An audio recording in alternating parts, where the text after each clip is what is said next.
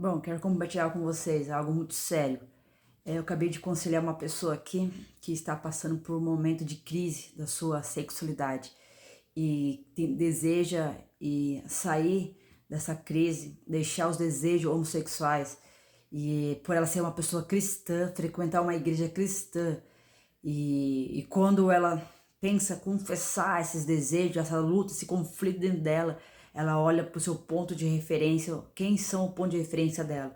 Ela é sobrinha de pessoas de liderança e hoje o que eu mais atendo são filhos de pastores, filhos de pessoas que estão fazendo parte de algum ministério, pessoas que estão ali de frente, pessoas de altares. E muitas vezes essas pessoas que são filho ou sobrinho ou tem um parente dentro da igreja não consegue pedir ajuda e socorro, porque tem medo que eles vão pensar, medo que a igreja vão falar, e esse medo, esse silêncio tá aprisionando essas pessoas a pedir socorro, ajuda. A pergunta é: a igreja está preparada para receber essas conversas, esse diálogo, né? Tirar o título ali, mas ser uma pessoa ouvinte, ouvir essas pessoas, conciliar, né? A poder trazer ali uma restauração, né? Através da palavra, através do livro específico, seja qual área que for. Tá sendo, para mim, esse tempo tá sendo um tempo muito gritante, que as pessoas estão pedindo socorro. Esse final de semana eu acabei de vir de um evento, de um seminário de sexualidade, e o que eu recebi de ajuda de adolescentes, de jovens, e a maioria que me procuraram são filhos de pastores, pessoas que estão sofrendo e não conseguem viver essa liberdade, porque talvez o pai ou a mãe não dá esse acesso de ouvir. Então a importância de ouvir os seus filhos, a importância de ouvir a sua ovelha, né? A importância de ouvir as pessoas e poder aconselhar, né? Fazer mapeamento da vida dela, né? Saber trabalhar na área do abuso sexual, saber trabalhar na área da sexualidade, saber trabalhar na área da paternidade, saber trabalhar na área da maternidade, aprender a lidar com a rejeição, aprender a lidar com os desejos e como que a gente vai ajudar essas pessoas, né? A Bíblia fala que em Oséias que as pessoas perecem por falta de conhecimento, né? Então Jesus nos ensina que quando ele viu a multidão sem pastor, ele chorou. Então, quando Jesus ele olha para uma igreja que não tem esse coração de aconselhamento, de ajuda, de abraçar, sem julgamento, esperar um processo da pessoa, acompanhar a pessoa, e a pessoa também não ficar querendo ser vítima, sabe? Tentar manipular os seus líderes, tentando manipular os seus pastores, não, mas ser sincero, na luz da palavra, confessar o pecado, confessar os desejos, confessar as guerras e deixar ir. Então isso vai encontrar uma misericórdia de Deus, né? Então lá em 1 João fala que lançar fora o medo, porque em Cristo há uma perfeição. Então quando você lança fora esse medo, Jesus ele entra nesse lugar. Nesse lugar ele te ajuda a vencer isso que está tanto te atormentando, né? E isso Deus tem falado comigo. As pessoas precisam conhecer a sua identidade, sair desse espírito de orfandade, conhecer que ela é filha de Deus, que ele é filho de Deus, reconciliar com Cristo, né? Que Cristo possa mostrar o Pai dele, que é nosso Pai. A Bíblia fala, é Pai nosso, né? Então, quando você tem essa consciência, o quanto que você é filha de Deus, é filho de Deus, é amado por Ele, e Ele quer se apresentar a você, Ele quer ter um relacionamento com você.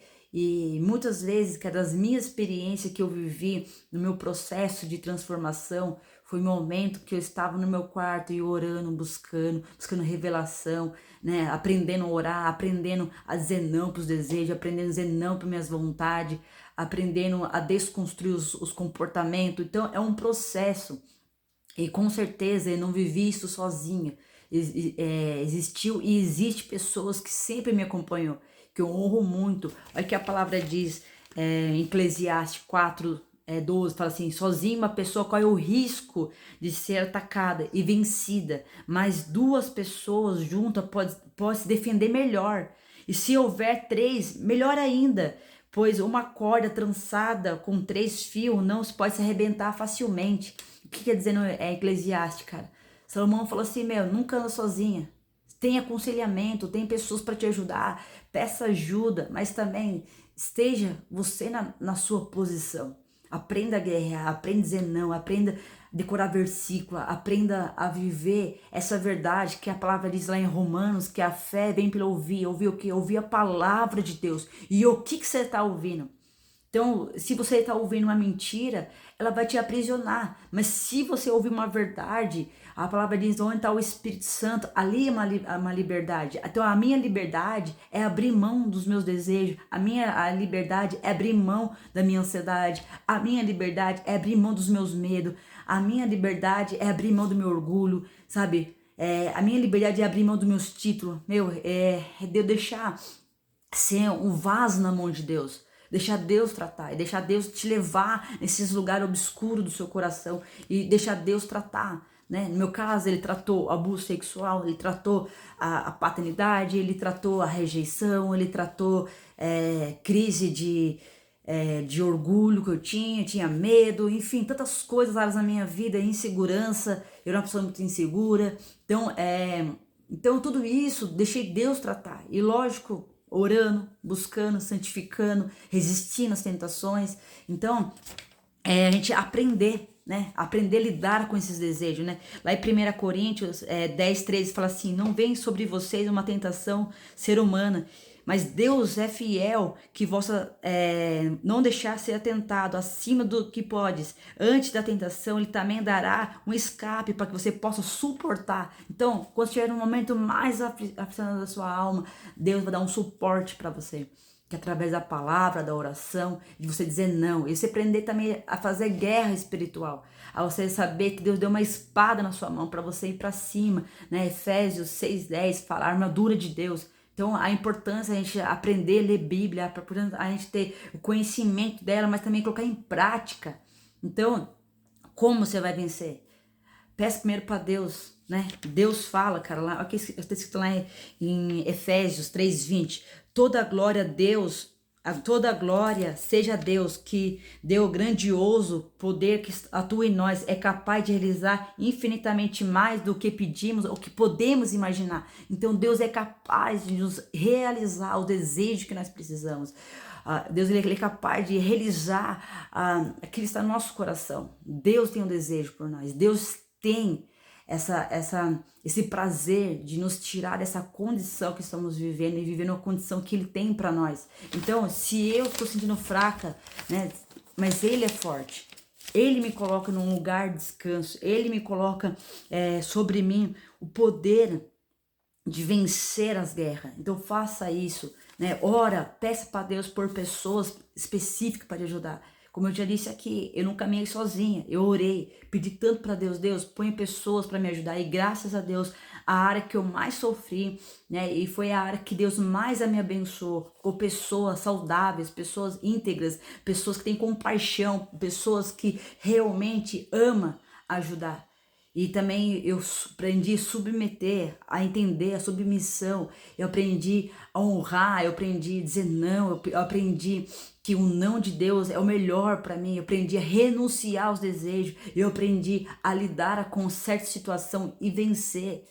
Então, é por causa de Cristo que eu venço, é por causa de Cristo que eu consigo romper áreas da minha vida. Então, você só vai conseguir, não é na sua força, mas na força de Cristo. Mas nunca anda sozinha, nunca fica em silêncio, porque o silêncio te aprisiona, mas a verdade ela te liberta. Então confessa e deixa Deus tratar. Não tenha medo, não tenha vergonha. Tenho certeza, se alguém não sabe te ajudar nessa área, Deus é maravilhoso, Ele é um Pai compassivo, Ele vai ajudar sim pessoas a te ajudar. Assim como Deus levantou pessoas que não sabiam lidar, mas aprendeu a lidar e aprendeu a honrar o corpo de Cristo através do discipulado. Amém? Então faça isso, que Deus te abençoe.